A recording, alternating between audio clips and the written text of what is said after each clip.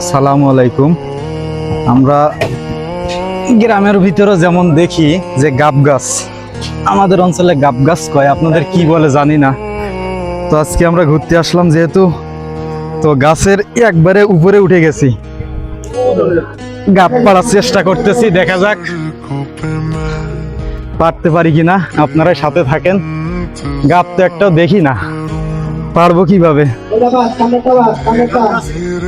একটা দেখছি গাব গাছে নাকি ভূত থাকে, তারপরেও আপনাদের দেখানোর জন্য উপরে উঠতেছি, দেখা যাক পারতে পারি কিনা।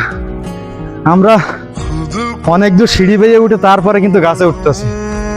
গাব তো দেখাই যায় না, আপনাদের দেখাবো কি পারি।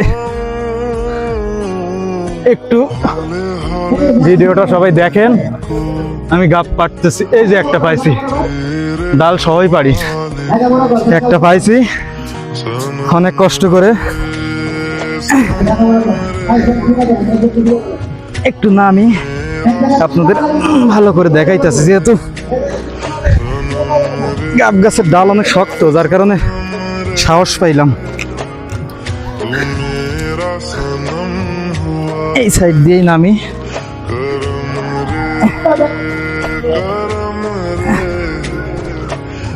আল্লাহু আলহামদুলিল্লাহ,